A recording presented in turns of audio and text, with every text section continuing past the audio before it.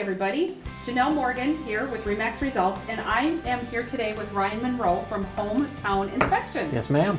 Thank you for joining me today. The pleasure is all mine.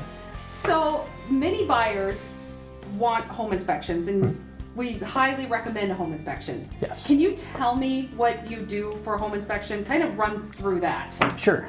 There's lots of pieces to the home inspection, but primarily I'm looking for your big dollar items. What does the foundation look like? How does the roof look? Are the mechanicals updated, upgraded, out of date, that kind of thing? There's a lot of other, like say, other little pieces you're looking for, water damage, those kind of things. But really, I just want to make sure that any large dollar items are addressed, or a homeowner or a home buyer is aware of before they make that purchase. So I know you guys check the appliances because that's important to a buyer. Sure, yep. Checking just as far as operation, it's not uncommon to have dishes loaded in a dishwasher, so I'll run a cycle for the home or the home seller. While I'm going through the inspection, run a cycle there. You want to start any of the appliances, make sure operation is as it should be. A furnace is a big deal. So can you tell if a furnace is operating properly? One of the first things that I'll do with a furnace would be just to check a serial number, and the nomenclature on the serial number will tell me when was it originally built.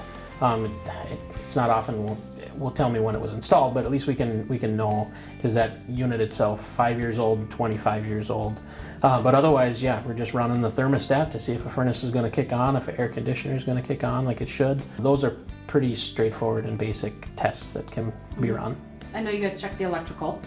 Yep. That's a big one. So with electrical, one of the things that we want to look for is the panel sized appropriately to the power requirements of the house.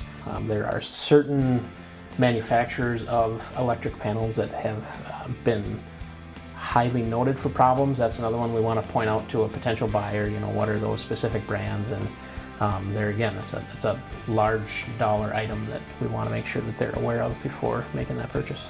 I know you guys go in the attic. Tell me what you're looking for when you go into an attic.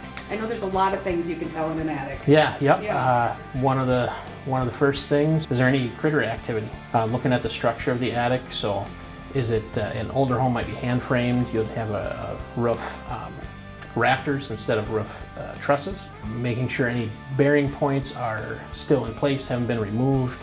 And is that bearing following all the way through the home? You know, sometimes in renovations, do-it-yourself home remodeler might pull out a bearing wall and not know what they've done to the structure of the home. So making sure that structure is all in place, no critter damage, is the insulation in place, everything ventilated as it should be. So, Okay. yeah. Well, as a realtor, this is a question I get asked a lot. Is there a pass or fail for a home inspection? There is not. No, we are in, as an inspector, we want to give the home buyer or potential buyer, again, as much information to make the best decision they can. How long does a home inspection take? Home inspections usually, as you know, we'll schedule out about 3 hours. So I'm on site typically by myself for 2 to 2.5 hours.